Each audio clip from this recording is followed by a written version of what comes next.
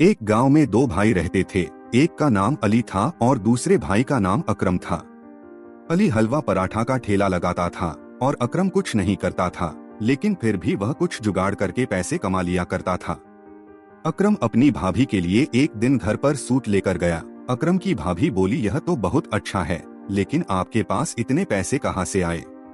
अकरम बोला, भाभी आप यह सब मुझसे मत पूछा करो, मैं सिर्फ जुगाड़ ढूंढता हूँ और बहुत जल्दी में अमीर बन जाऊंगा। तभी घर पर उसका भाई अली पहुंचा और वह बोला, तू भले ही जुगाड़ से अमीर बन जाएगा, लेकिन तू उन पैसों से कभी आमिर नहीं बन पाएगा। अपने भाई की बात सुनकर अकरम बोला, भाई जान आप हमेशा ऐसे ही बोलते हैं, आप इतनी ईमानदारी करके क्या करोगे? मुझे तो जल्दी से अमीर बनना है।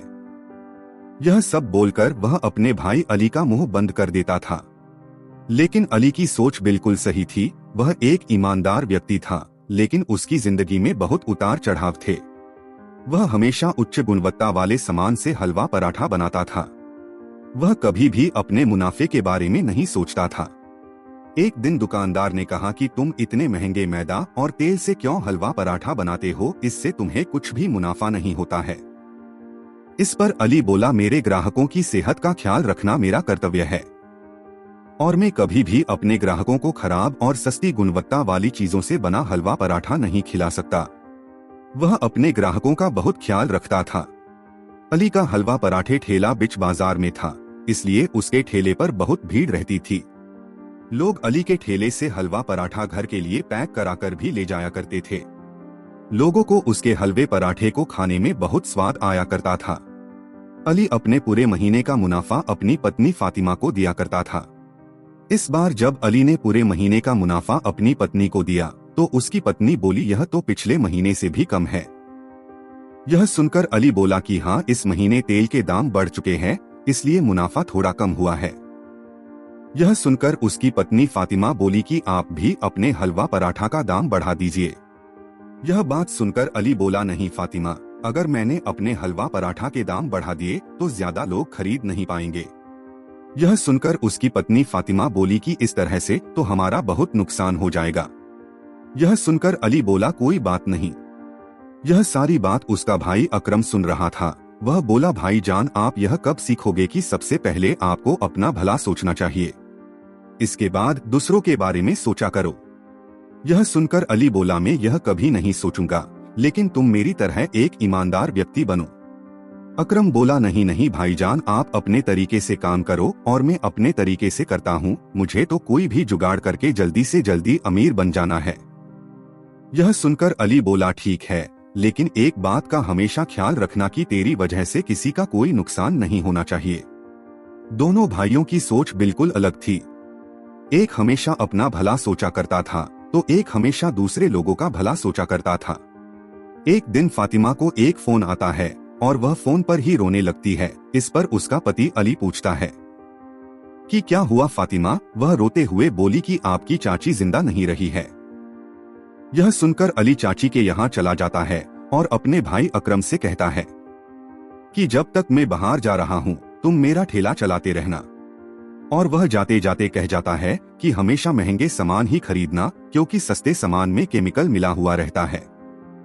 अकरम यह सुनकर कहता है, ठीक है भाईजान, मैं ख्याल रखूंगा। यह कहकर अली अपनी पत्नी फातिमा के साथ गांव चला जाता है और इधर अकरम अली का हलवा पराठे का ठेला लगाने के लिए चला जाता है।